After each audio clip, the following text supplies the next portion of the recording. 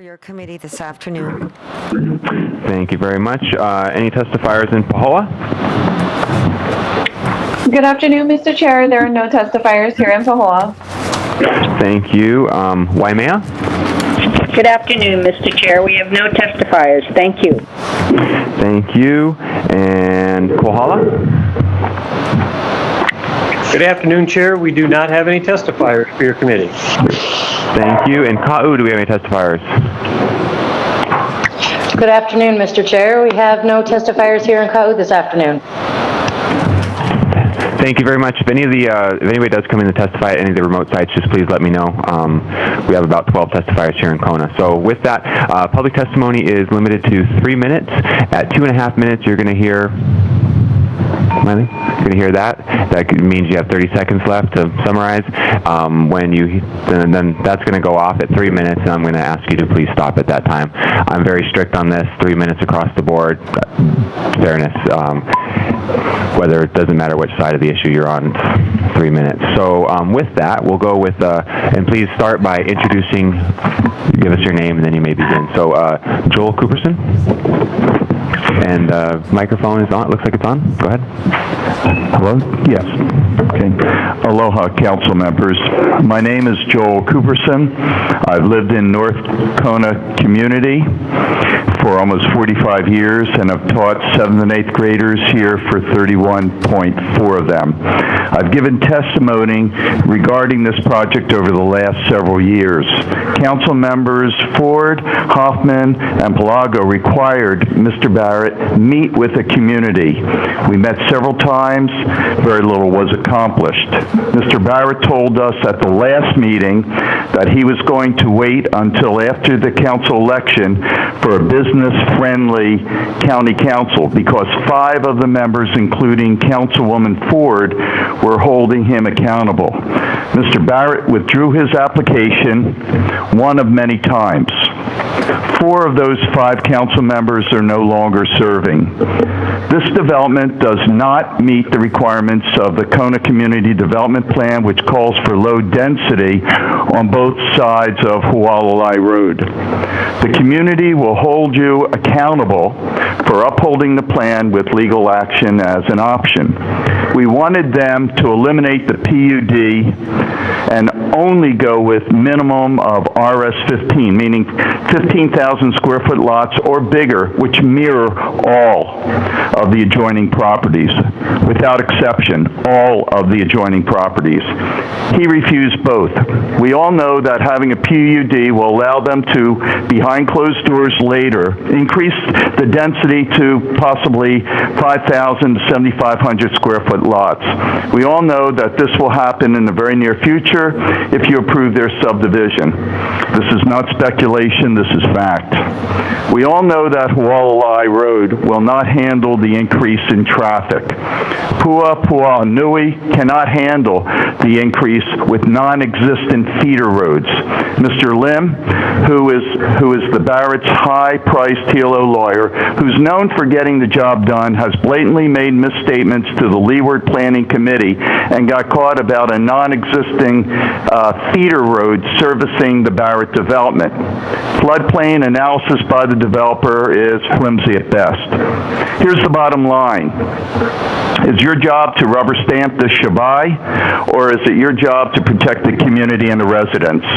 Will this development overload the infrastructure? Does this PUD bring value to existing properties adjoining and neighboring developments that actually played by the rules and did the right thing for the areas? You were voted in to represent the residents. Please continue to do so. Mahalo. Thank you very much. Mr. Ed Schulman, you begin, and you are to oppose and comment on Ordinance 144, 143. Yes, I'm Ed Schulman. I'm a 24-year resident of Hualalai Colony in Kona. I addressed the council on December 3rd regarding this application, having focused my remarks on issues of public safety.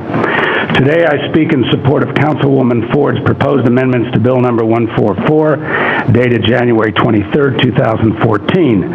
More particularly, the subject of developer responsibility for providing completion bonding for the project's infrastructure and access to and from Hualalai Road. Given the county's recent experience with Hokulea and involving so-called experienced and responsible developers with a history or track record of successful development, I find the applicant's resistance to a bonding requirement to speak volumes in terms of its bona fides, let alone its ability to complete the project as currently proposed, including any amendments to the council deems appropriate. Counsel for applicant's characterization of Ms. Ford's bonding amendment as, quote, not contained in the bonding requirements of HCC Chapter 23, close quote, is not only questionable in light of Sections 2382 and 2383 of that code, it is quite beside the point since counsel does not and perhaps cannot cite any law which precludes the county from imposing such a requirement. Given the applicant's apparent lack of development experience in projects of this nature or magnitude, upon what assurances can this council rely on applicants' representations that this project will be completed as approved once concessions sought have been granted? Certainly a completion bond sufficient to ensure proper infrastructure should be a baseline requirement. While bonding is a cost factor which developers may wish to avoid, I would ask the question, does the absence of same in this case serve county and community interests, particularly in view of the three adjacent proposed developments contiguous to Hualalai Partners project? I would direct the council to Chris Ewan's letter to the Leeward Planning Commission dated September 23rd, 2013. Other important amendments contained in Ms. Ford's proposal have met with similar resistance by applicant's counsel. The county should obtain an unbiased legal opinion regarding Ms. Ford's proposed amendments before rejecting them. Thank you. Thank you very much. Our next two testifiers here are Tomoe Nimori to comment on Bill 144 and Jeff Citron. Please come forward.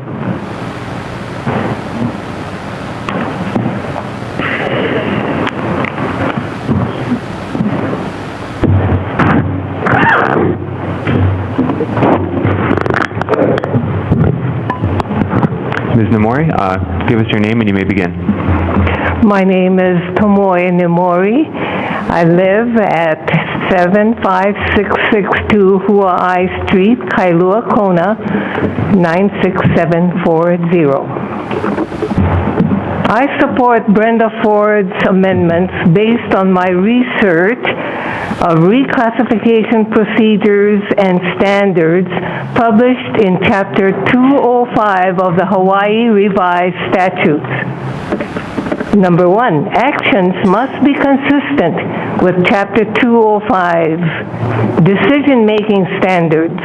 Land use standards apply even if the decision-making body is in the county council for land less than 15 acres.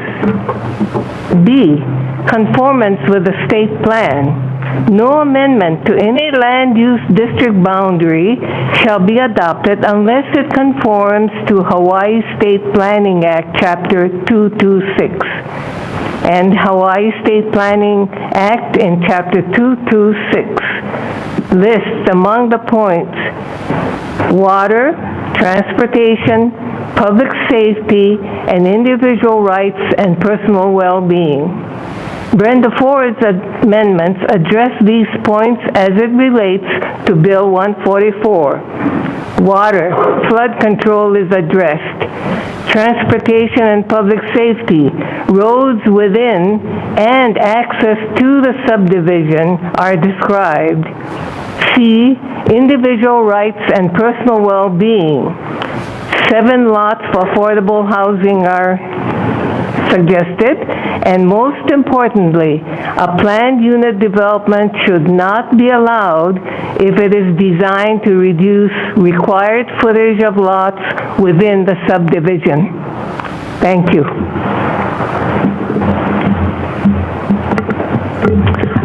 Okay. Jeff Citron, give us your name and you may begin.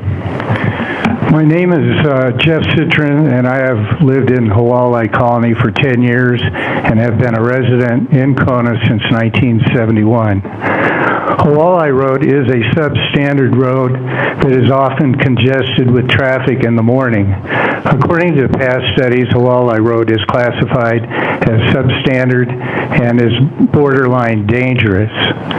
It is riddled with blind corners, cliffs, and deteriorating pavement that leads to 10 to 20-foot drop-offs with very few guardrails.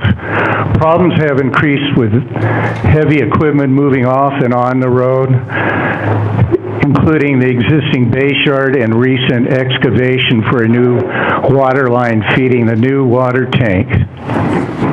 Things have also grown worse with recently added metal plates that is located near a blind corner. The road is currently 10 to 25 feet in width. The worst part is right above the newly constructed 1 million gallon water tank, which is only 20 foot wide. There is no shoulders on the north side and a 15 to 20 foot drop on the water tank side. The construction company did recently put up a temporary cement barricade for the drop-off, which leaves only 20 feet of road, period. We have just recently noticed the 3 new sets of 2 water meters for development below the water tank. 2 of these meters are located underneath an existing guardrail. There are no pull-offs to read these 6 meters. Possible future development for this road would be poorly thought out, given that we have not just the Innovation School, which is building a new access road off Hualalai Road, but also a future 5-acre Makualani school that was supposedly given to them by Bolton, and I confirmed that when I called the school. You also have to take into account the 200 high-density homes if you allow 3 more PUD variances on the other 14.99 acres. Bolton has tried to get Hilo Hattie's and Walgreens to locate on his property with no success as of yet. Potentially, we are looking at a possible new shopping center on the bottom of Hualalai Road. This is not, of course, mentioning the new subdivision slated for development directly across the street from Hualalai Partners Development, which range from 1 acre to multiple acre lots that will also be use the road. I'm not against development, but only want proper planning. With the 2 schools that I think our community need. Thank you, sir. I got 3 minutes. I'm going to have you stop. Thank you very much. Calling up our next 2 testifiers will be Mark Van Pernis and Tom Madsen.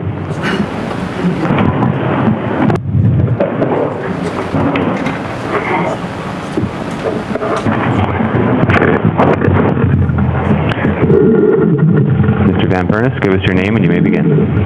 I'm Mark Van Pernis. I've been a resident here since 1976.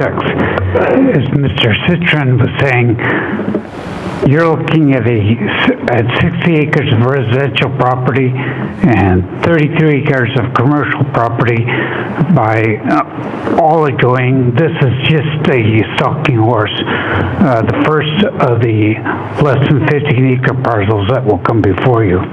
All of Hualalai Road is going to be involved. There's no question that this property does not fit within the KCDP, the LPUG maps for the density that they want. There's no question about that. Former planning director was wrong factually and wrong legally in stating otherwise. There's no, and I emphasize no, I've been in this business 35 years as a lawyer. There is no vested rights, no estoppel for an opinion from a county employee.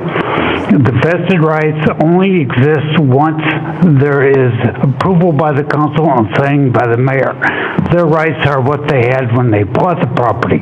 Everything else is mere speculation. I'm hoping that the council finally sees the value and integrity of those community plans, finally sees the error of the former planning director, finally sees the merit of the universal and extensive opposition to this proposal and its necessity, and sees the duties of the planning department, Leeward Planning Commission, and county council is not to enable developers to make greater and greater profits at public expense. Regarding Mr. Lim's letter, it's an empty threat. There is no litigation that can succeed in this case. Ms. Ford's proposed amendments, if adopted, show the county won't be fooled again like it was in Hualalai. First and foremost, the letter of Mr. Lim is an admission that they don't The letter of Mr. Lim is an admission that they do not intend to create the improvements. Just like Hualalai. When Hualalai started, many of us said they'll never build a bypass road. They'll bond it, leave it to the county to finish. And the county is now 15 years and $10 million late. That's what they're proposing here. They want a set bond. They will sell their lots, fold their corporation, and leave it to the county to get Hualalai Road improvements done. This is the Hualalai style of development that has become the model for many developers in this county.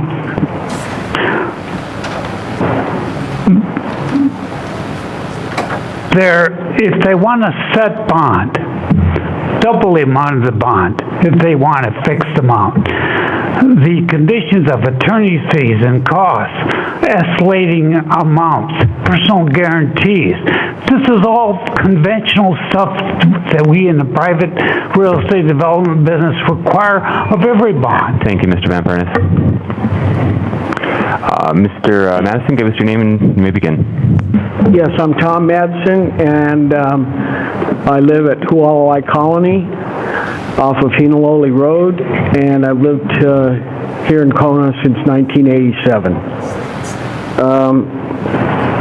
My first comment has to do with the rezoning from Ag to R15. As a condition of that rezoning, the new owners were required to record with their deed that they would coordinate for optimal and promote optimal development. This is something that was recorded with their deed. They are required to coordinate road, utilities, development of access, water systems, sewer systems, and drainage for public safety. The road that they would have access to their development would be Hualalai Road, which is a substandard road. They commissioned a traffic impact report that analyzed only the effects of the development of one parcel, one 14.9 acre parcel. They didn't do an analysis of what the effect would be when the entire 96 acres was developed, and they barely mentioned Hualalai Road. They did say it was a substandard road, and that was it. All the emphasis on the traffic impact report was for the intersection at Puapuanui and Hualalai Road and Queen Kahumanu Highway. They didn't do a traffic count. They didn't do any analysis of what the effect of adding 1,000, 1,200, 1,400 more trips per day on Hualalai Road would be. Hualalai Road has been a very dangerous, which I drive several times a day, road in the time that I've lived here in Kona. There's light poles that are within 12 inches of the traffic area. And like the previous testifier said, there's drop-offs that go within 2 feet of the traffic area, drop down 15, 20 feet. They've removed a dozen cars that used to be there that have gone off the road that were unsalvageable. At this point, they're gone, but that still will continue to happen. So my concern is with Hualalai Road and having a plan to make it a safe road instead of a substandard road. The entire length of the road from the intersection of Hualalai down to Queen Kahumanu Highway. Thank you, Mr. Madison. And I'm going to ask you to stop. Sorry, okay. but thank you very much. Okay, thank you very much. Next two testifiers are Marie Aguilar and Mac McInnes.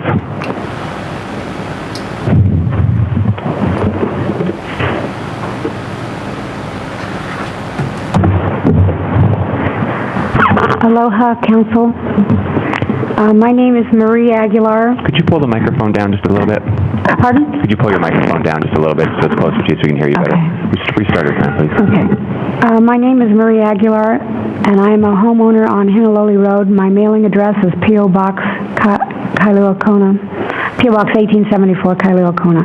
I have resided in this community neighborhood for over 13 years. Each day I drive on Hualalai Road back and forth from my home to my business in historic Kailua Village. My testimony has been heard by the Land Use Committee, and I believe there's a correction there. It was the committee that was formed before this, and I think it might have been the PUD. I'm not sure the name of the committee, but I want to make a correction there. There should be conditions and amendments to Bill 144, which requires improvements for the substandard Hualalai Road, which fronts this parcel.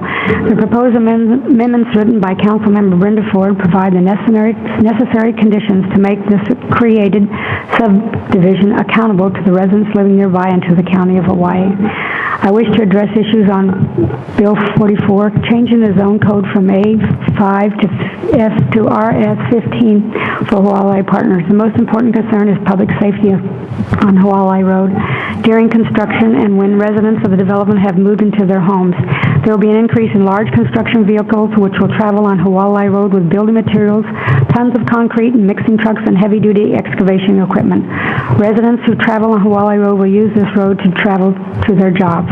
The County of Hawaii, through Department of Public Works, must clearly require essential safeguards for traveling on Hualalai Road. The proposed amendments submitted by Councilor Brenda Ford definitely provide these conditions.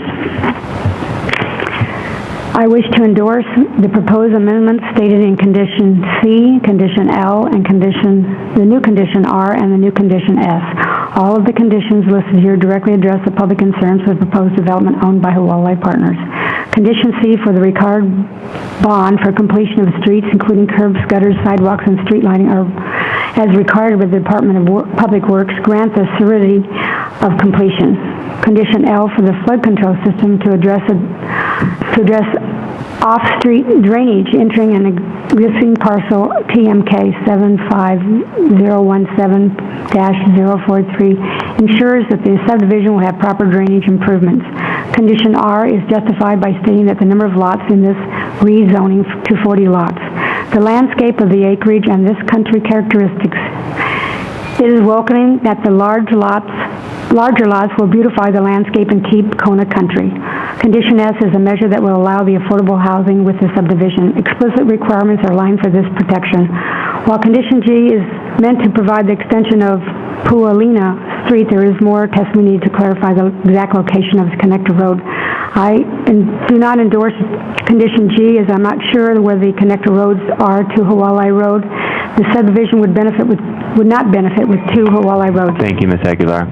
Thank you very much. Mr. McInnes, give us your name and you may begin.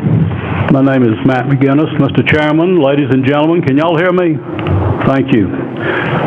We, members of my community and the neighborhood, have said on a number of occasions we are not opposed to real estate development. We are not opposed to the part of this 14.9-acre parcel that's within the urban area being developed as long as it's done in a responsible manner in conjunction with the balance of the 84 acres that this is going to become a part of. We've expressed our concerns about Hualalai Road. I don't know how to say substandard. I don't know how to say it's not safe. I don't understand how putting more traffic on it is going to make it any safer. We've offered solutions. We've gotten one response from Ms. Ford on our concerns. She consists of 12% of the county council. The remainder, 88%, we've not heard anything from. That's wrong. We have yet to hear anyone speak in favor of this application with the exception of the applicant and the applicant's attorney. Have any of y'all heard anybody sit at either one of these chairs and say, this is a great development? No, you haven't. Mahalo for your time. Thank you very much. Our next two testifiers, Keith Wallace and Mary Kay McInnes. Please come forward. Sir Keith Wallace.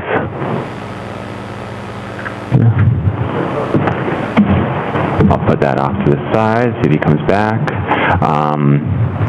Virginia Tormey.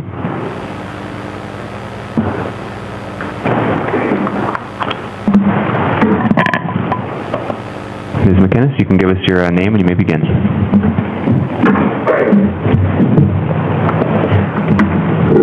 Good afternoon. I'm Mary Kay McInnes. I live in Kona Orchard Subdivision. And here I am again, talking about the same issue we discussed before, and that is the safety of Hualalai Road. I cannot tell you how many hearings and meetings I've sat through and how many dozens of people I've heard talk on this very issue. But never once in my recollection have I ever heard anybody say, I think Hualalai Road is a perfectly fine road, and I think putting extra traffic on it is a great idea. We haven't heard that because no one in their right mind that's ever bothered to drive down this section of Hualalai Road would make such a statement.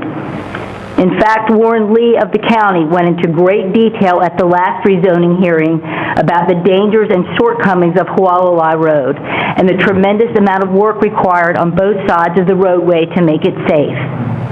That being said, why are we still having these discussions? We, the public, show up at meeting after meeting to voice our legitimate concerns, which are never adequately addressed. We present our concerns, there's some chatter, Hualalai Partners gives their spiel, which the public is never allowed to question, and then nothing happens. This is shameful. It degrades the trust and spirit of cooperation between the community and those charged to represent them. I would like to respectfully remind you, the committee, that your obligation is the welfare, well-being, and safety of your constituents. Your moral and fiduciary responsibility lies with the citizens of this county.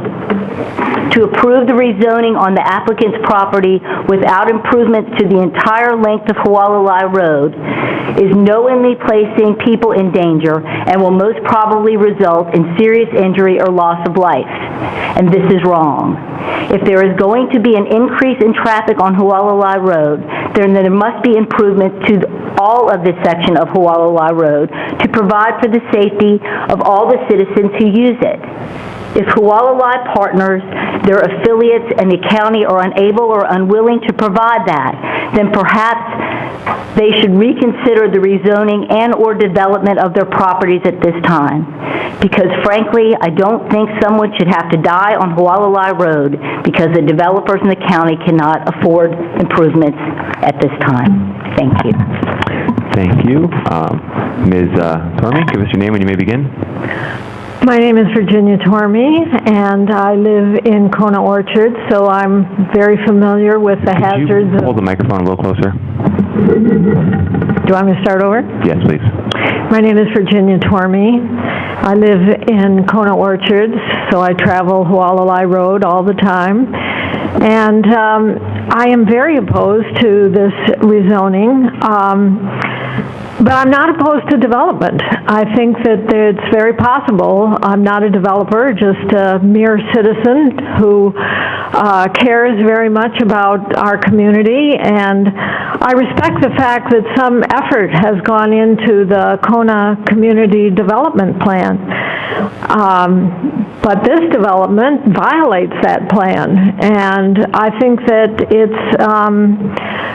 it's really disrespectful to approve something that violates the what prior citizenry has adopted, and furthermore, I believe it's a violation of the law. There are obviously other reasons that many people have already addressed with regard to the safety of Hualalai Road and the density of this development, how it contrasts with the character of the neighborhood. And, I'm not a developer, just a mere citizen, so I don't know. Maybe it's not possible to profitably develop or construct a development that is legal and safe and in keeping with the neighborhoods that surround it. But I've got to believe that it is possible. Maybe it's challenging, maybe it's difficult, but I beg you to step up to the challenge, because for heaven's sakes, once it's done, it's done. And if it's not profitable to do it right the first time, it certainly won't be profitable to try to amend it and do it over. And please. Thank you very much. And our last testifier here in Kona, I'm having a hard time with the first name. It's either Mr. or Ms. Osun.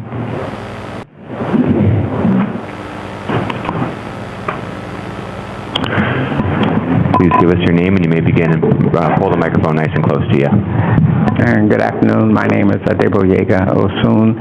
I'm a resident of Kona Orchard, and I am opposed to the rezoning request,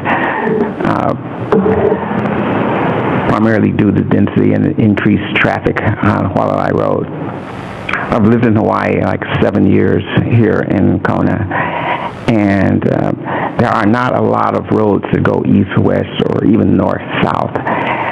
And the ones that have that intention to be used heavily are rather straight. Sometimes they have lights on them. They have gentle curves. You can see around them. They have radius curves. Hualalai Road has none of those.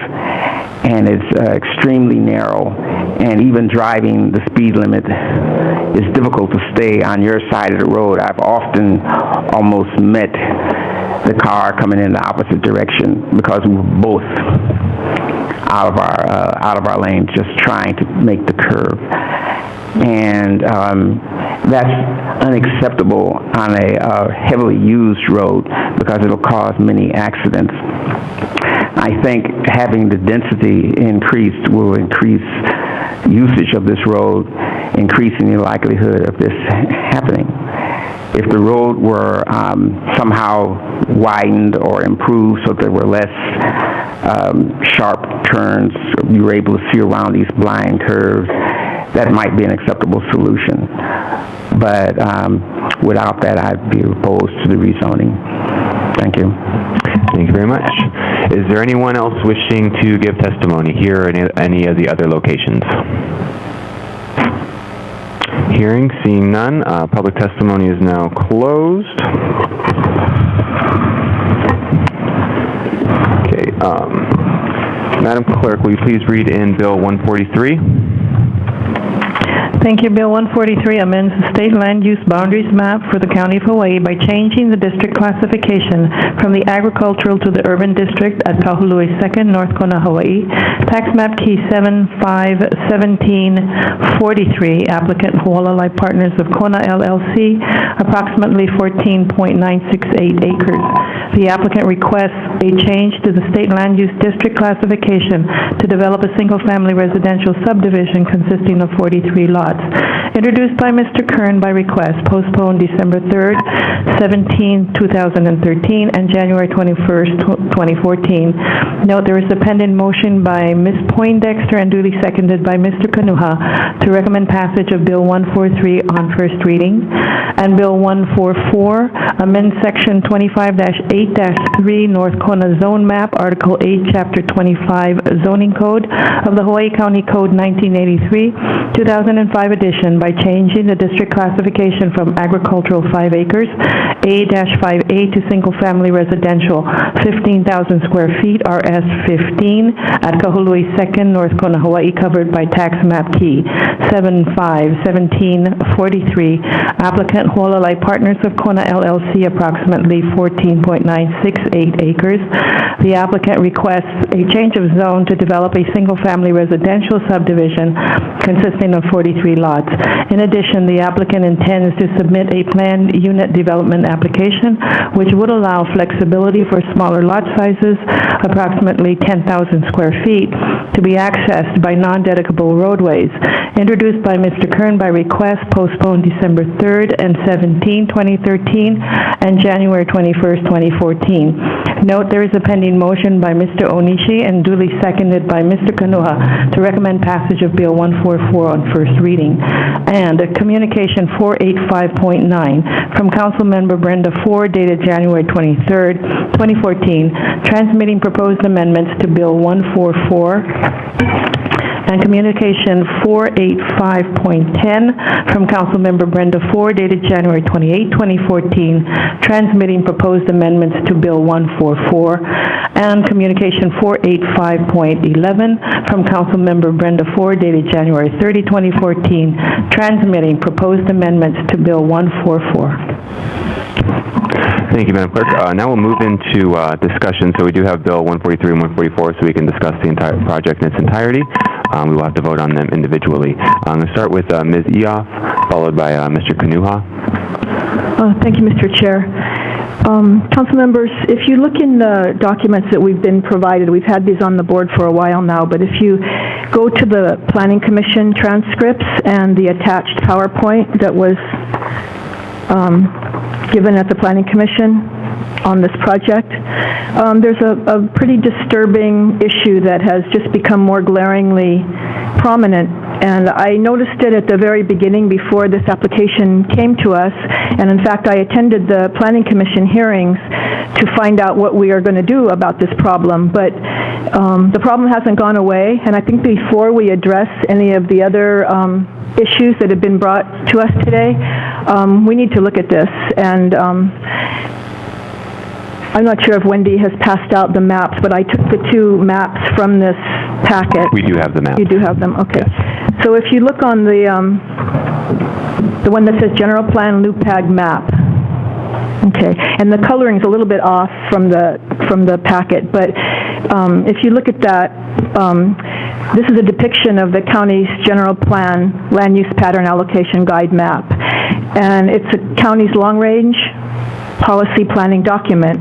And as you see, the project site of just under 15 acres in size is bisected by a cross-hatched area, which represents urban expansion on the Mackay portion of the property, and on the Malka half is within the intensive agricultural designations.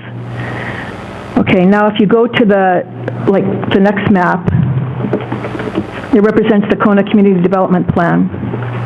Okay, well, let me back up just a little bit, because as I said, the green color represents agriculturally designated lands, and it includes the subject property, which is completely outlined in black. But in the Kona Community Development Plan, if you look carefully, you'll see that the outlined in black, you'll note the urban boundary of the Kona urban expansion area also bisects the property, so that's the red line.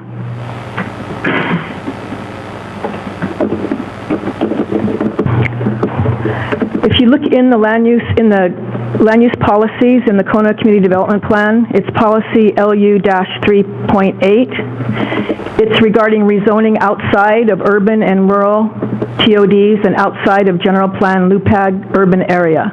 Okay, and that's what we're dealing with here. We have an area outside of the urban expansion. What it says is that rezonings of area currently zoned agricultural outside of the urban and rural TOD areas shown on Figure 4-7, official Kona land use map, and outside of urban designations on the general plan, LUPAG, shall not be allowed except in the following limited circumstances. Okay, there are 3 circumstances where we could approve of it, but I really don't think in the current form this application would fit under any one of these 3. I think there is something that can be developed on this property. I think if the applicant were to look at the top portion, which is in the agricultural district, and ask us for 1 acre ag, we could legally subdivide that. And below the red line, where it is appropriately in urban expansion, I believe we could consider residential RS15. I'm not sure what it would take to accomplish that, but I'm sure there is a solution. As you've heard from members of the surrounding communities, they're not really opposed to rezoning of some nature, and they want to see it done legally and safely. So I know that this would mean less lots than they are interested in developing, but I think at least we would be legal if we were to do it in a different way. So I'm going to yield at this time because I don't want to get into any of the merits of the rest of the plan or the amendments that are proposed, because I think we have to deal with this urban expansion boundary issue before we go any further. So thank you. I'll yield. Oh, and just to state, this project is on the boundary of District 8 and District 7. Hualalai Road is the boundary between Mr. Kanuha and my district. So we're both very concerned about this. We are concerned about the impacts to not only the neighbors, but the entire island, and also the implications to the Kona Community Development Plan at this time.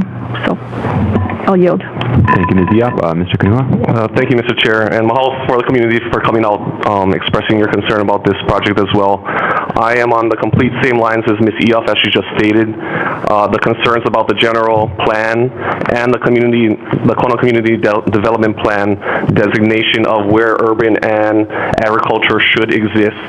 And in the Planning Commission previously, Mr. Arai, who is part of the Public Works, planning, or he stated that the urban line does bisect this property, even though he also states that the planning director gave an interpretation that the whole property is within the urban expansion. As was stated clearly by a member of the public earlier, this interpretation doesn't exist within the code. So I'm trying to figure out what the interpretation is, and when we look on these maps, these LUPAG maps, and the Kona Community Development Plan maps, it seems pretty simple to me that half of this property is bisected, and I don't know how the interpretation can be made that the entire property is in the urban expansion. So that's what I'm kind of worried about right now. My interpretation is that the upper portion needs to be in ag. I think for myself, the application would have to come to us in a form that has ag at the top and urban at the bottom. And whether I don't clearly, to me, I don't know what would be the best solution for the RS below, but it's plain and simple to me that with both the community development plan lines and the general plan LUPAG map, that this property is bisected, and I'm pretty sure by law, in my interpretation of it, that's where we need to stand, unless a general plan amendment was made to make these lines more clear. So that's my interpretation of this. I want to hear from other council members. I think this is where we need to focus on, and I know there's a lot of issues with other things later on, but I think this is something that, as Ms. Eoff stated, needs to be clearly defined now before we move on. So I'll yield at this time. Okay. No. Mr. Chair? Yes, Mr. Onishi. I have Ms. Ford next. Do you want to speak, Mr. Onishi? Yeah, after Ms. Ford. Okay, very good. Ms. Ford, and then Mr. Onishi. Thank you. Shoot, actually, I'm very sorry. I had actually Mr. Logan first. Wait. Good thing I wrote down. Mr. Logan, you got the floor. Thank you, Chair. Planning Director Kanuha, got some time? Can you come forward? Mr. Director Kanuha, would you please come forward?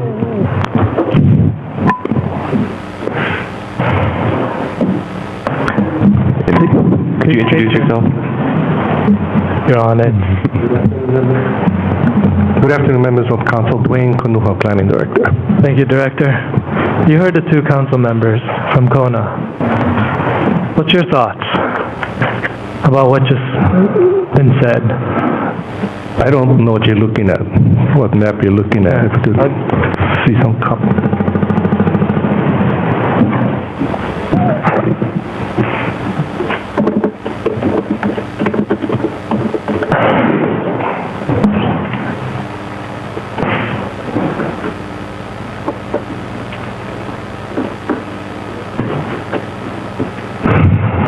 And, could I ask what the source of these documents are? Sure. Yes, Ms. Diaz? They're reproduced from the Planning Commission's presentation Darren Arai gave at the Planning Commission. It's Okay, so it's in the record that came up as part of the Planning Commission proceedings. That's correct. Yeah, it's called, it's titled Hualalai Partners of Kona State Land Use Boundary Amendment Application, Change of Zone Application, and it was presented at the Planning Commission. Okay. So what was your question? Well, it's pretty black and white. Is this,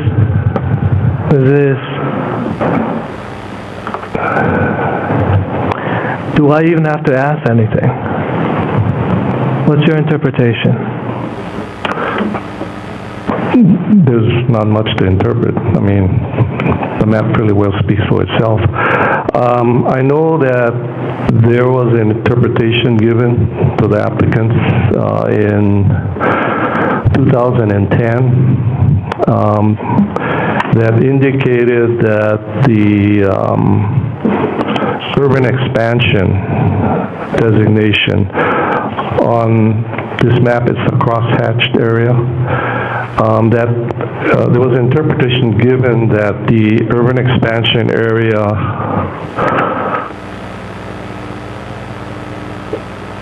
went all the way up to Hainole Road.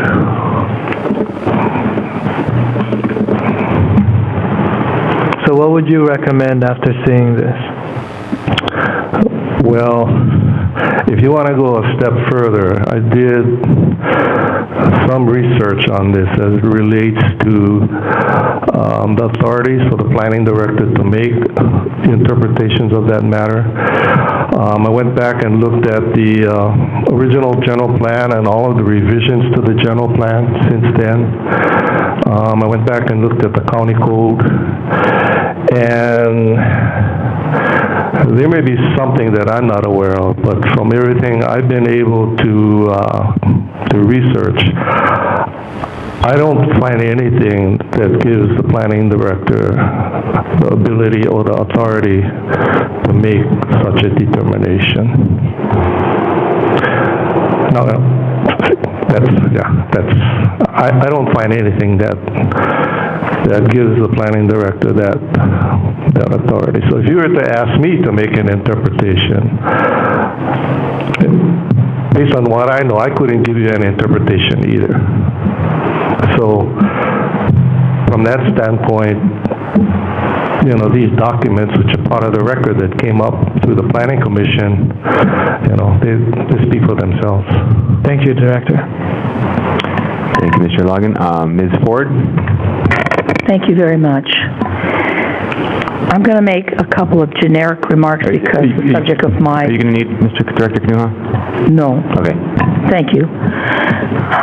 I want to make a couple of generic remarks about my amendments without entering them into the record. I won't discuss the content of them. I wrote these two amendments in good faith, trying to come up with a compromise. I won't discuss Mr. Lim's letter. But after I submitted them, the information that Ms. Eoff is discussing, Mr. Kanuha is discussing, was brought to my attention by an attorney that is not in the room at this time.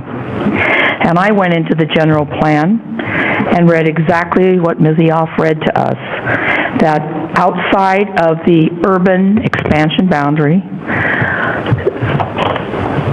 that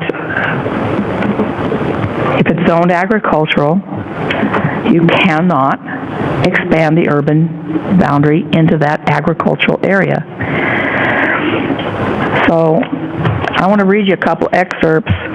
So I did my amendments in good faith, but in view of the information that I received from an independent source outside of the council and outside of the testimony we received today, and in support of what Director Kanuha has said, let me quote this. As for existing laws, the general plan LUPAG map is not, as some argue, such a broad-brushed illustration that gives municipal officials the authority to extend the urban expansion boundaries as they feel is proper. While this may have been the position taken in the past, there is no legal authority to support this position. To the contrary, legal authority says the opposite. So, let me go on. Rezoning action for land lying outside the Kona urban boundary is prohibited. No taking can occur because the county council allows such land to be subdivided as a clustered rural subdivision. And if you go into attachment C at the very back of the CDP, it talks about the standards for this type of cluster development, and it says at least 40% of the tract shall be protected. 40% will not be developed when you do a cluster rural subdivision.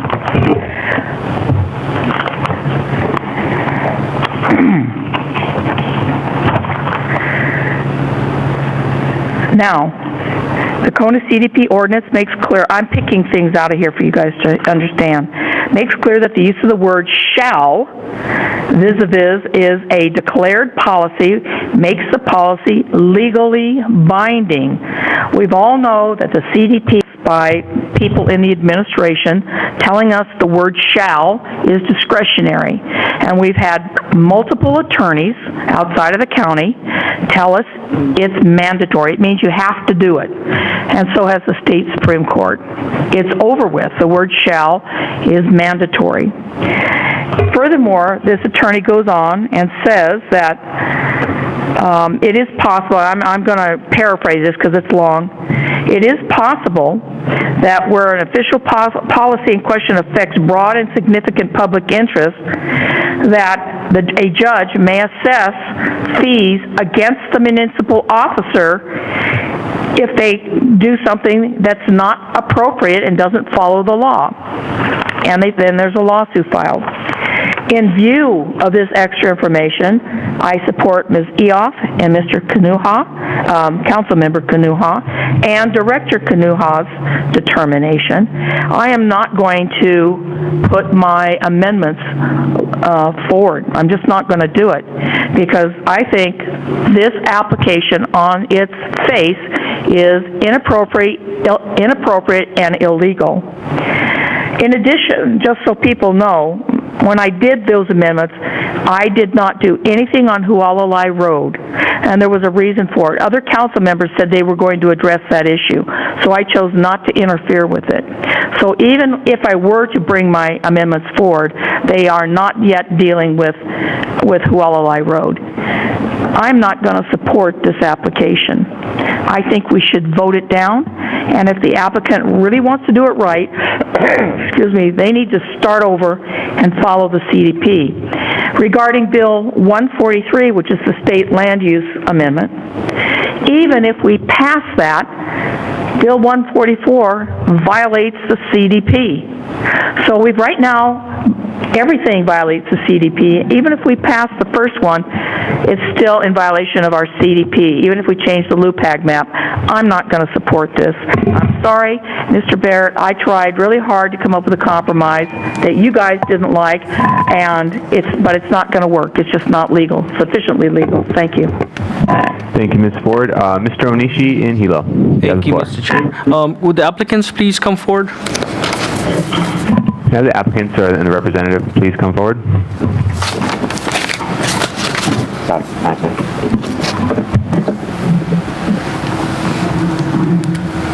You're welcome to pull up an extra chair there. You three want to sit at the table.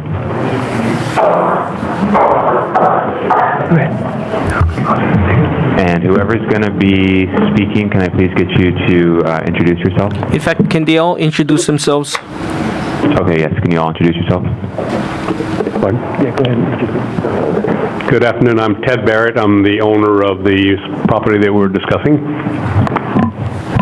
Lee Barrett. Good afternoon, I'm Stephen Lim, representing the applicant, Hualalai Partners of Kona, LLC. Okay, good, thank you. Mr. Onishi? Okay, thank you. Thank you for coming forward. Yeah, you've heard the discussions from council members and also what the director of planning had made comments of. I know that in the past, like I guess in 2010 or 11, at the time, the planning director had given, I guess, her opinion about that line. And so what I understand is that it was, I guess, told to you folks or told to the applicant that you folks wouldn't be required, I guess, to get that separate of the separate zonings of the ag and the urban. Maybe would one of you folks be able to explain like what happened, like from the beginning and until now? Sure, if I may, Stephen Lim again. The issue of the bisecting of the property with the Kona urban line, Kona urban area line, sorry, and the... could you pull the microphone a little closer to you? Yeah, sorry. No, it's on. Hello? Okay. Yeah, there you go. Sorry, I'll try a little bit louder. The issue of the bisecting of the property in question with both the LUPAG line and the Kona urban area line has always been there. It's on the map, like you say. But the issue is not it's how you interpret that line. And I think that the planning department has been very consistent in interpreting that the line in this particular case falls along Hualalai Road. We got interpretations in writing, planning department director's interpretations in February 25, 2010, April 27, 2010, and again in May 23 of 2013 when we were processing this particular application with the council. And it says that, I'll read a little bit, this will confirm that the general plan LUPAG map designation for the subject property at this parcel is urban expansion area and that the subject property is located within the Kona urban area as defined in the Kona CDP. And I'm paraphrasing a little bit. And they basically are referring back to their prior letters of 2010. So it is something that we've been well aware of. We applied and asked for an interpretation, and we got the interpretation, and that's how the application comes to you in the first place, through the Planning Commission and up to the Council. We believe that the Planning Director does have the ability under the County Charter, Section 6-7.2, relating to the Planning Department to administer the subdivision and zoning ordinances and regulations adopted thereunder. So we believe that the Planning Director has regularly issued these general plan and Kona CDP interpretations as we go through the process. When you look at the Kona CDP and how it's adopted, and especially if you look at the map in the scale that it's drawn, I think you will note that the red line that denotes the Kona urban area, when you scale it out, it's at least as wide as Queen K Highway and probably more. So that's why you need interpretation by the director, because the Kona CDP lines for both the Kona urban area, for the TOD coverage, for the concurrency zones, those are all planning lines, and I distinguish that against TMK property lines or zoning lines. Those are the regulatory lines that you're talking about, and I think that it is not only it's inconsistent with the idea of having a planning document to start setting bright lines, and we believe that we did what we had to do under the charter and under the zoning code. We obtained written determination several times that the entire property is within the Kona urban area and the urban expansion area under the general plan. So it's a surprise to us that the issue comes up so late. We think that the issue is settled. I think it even makes sense when you look at the area in question. Why would you have a planning line that bisects a property when there's Hualalai Road that's just marked off that, and it serves as the demarcation line on a make sense basis for the difference between the more urban development versus the agricultural development. Okay, and then, so, in 2010, so the director at that time kind of gave her interpretation, right, to you folks, correct? That's correct, in 2010, and lately, the latest was May 23, 2013. The director gave his interpretation? This was the former director. Oh, former. Okay, what about the present? We don't know what the present director thinks. Oh, okay.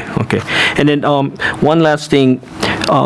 If, say, this should be approved, what were like some of your plans for the improvement of the roadway? Because you've heard a lot of testimony about how unsafe that roadway is, Hualalai is, and so did you folks have any plans of how you guys were going to improve this area or the roadway? Yes. Yes, when we last left the council back in December, essentially what we heard anyway from the council was that their desire to fix the Hualalai Road fronting our property and the parcels that are in the middle, which is near the water tank that they spoke about today, parcels 11 and 30. The council wanted us to fix that entire area. So what we did was we spent the last couple of months with contractors, and the developer went out to walk Hualalai Road, and we've obtained a quote for improvements to Hualalai Road, which total approximately, round numbers, $515,000. In that manner, we submitted a letter to you last Friday that basically outlines this, and with the exception of the area right by the water tank, because there's a steep drop-off, as you heard from the public testifiers, where we would put a guardrail there. The rest of the frontage of Hualalai Road from the Makai edge of the property in question all the way up to the Mauka edge, including parcels 11 and 30, would be improved to two 12-foot wide lanes. These are not going to be county dedicable standard roadway improvements because we couldn't do that, but this is the best that we could come up with to try to show that we are trying to address the safety issues along Hualalai Road, and we've hoped address the council's desires to have those improvements go through on the off-site parcels also. Steve, if I may add to it, that we were proposing to have about 1,800 linear feet of Hualalai Road, improving it with an overlay and adding over the whole width, not just the width, butting up on our side, the whole width of the road, so you'd have a 2-foot asphalt overlay on that, and then, and I'm not sure, but either a 2-foot or 4-foot shoulder added on to the side abutting our property. So in my view, and we had 3 different contractors give us prices and schemes to do that, and it would vastly improve at least that section of Hualalai Road. Okay, thank you. The details of what we're talking about are on those sheets that are attached to our letter from last Friday. You'll see a picture, you'll see the construction details and the cost, effectively. Okay, thank you. Mr. Chair, would I be able to call up Mr. Kanuha, Planning Director Kanuha, please? Yes, sir. Mr. Kanuha, Director Kanuha, would you please come forward? And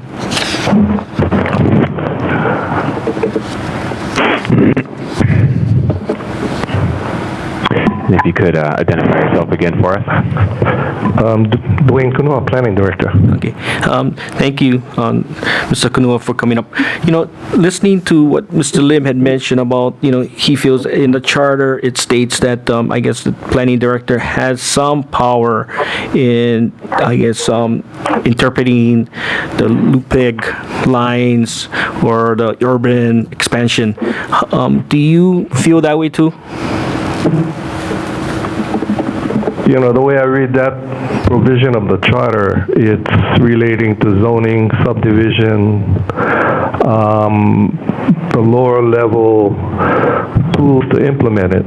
I don't see anything in the charter that says the director can interpret the general plan or community development plans.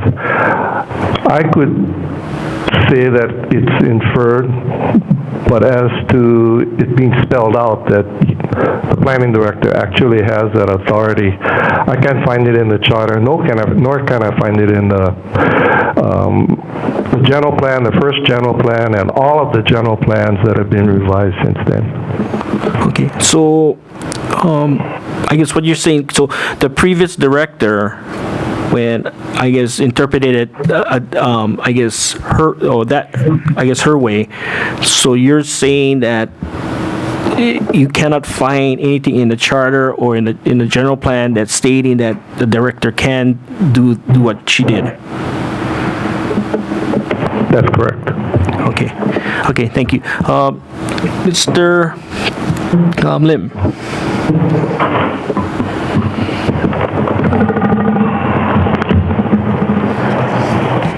So would you want to further comment on what you have just heard?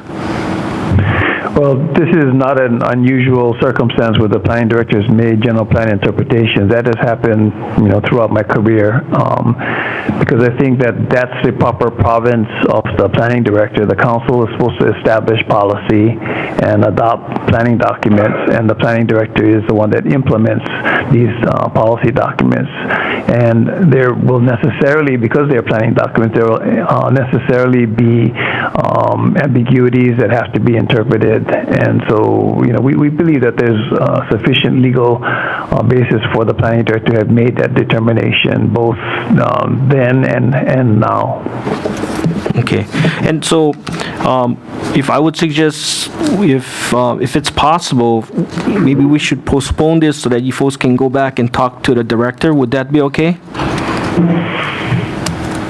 Well, my client and I discussed, as you know, we've been here many times now, and so I have to speak with him about what he would want to do. Okay. Okay, Mr. Chair, I'll rest at this time. I'll yield at this time. Thanks. Thank you, Mr. Onishi. Seeing none, Ms. Ia, followed by Mr. Ilagan. Oh, sorry. Yeah, before we get into that, we'll do a 5-minute recess.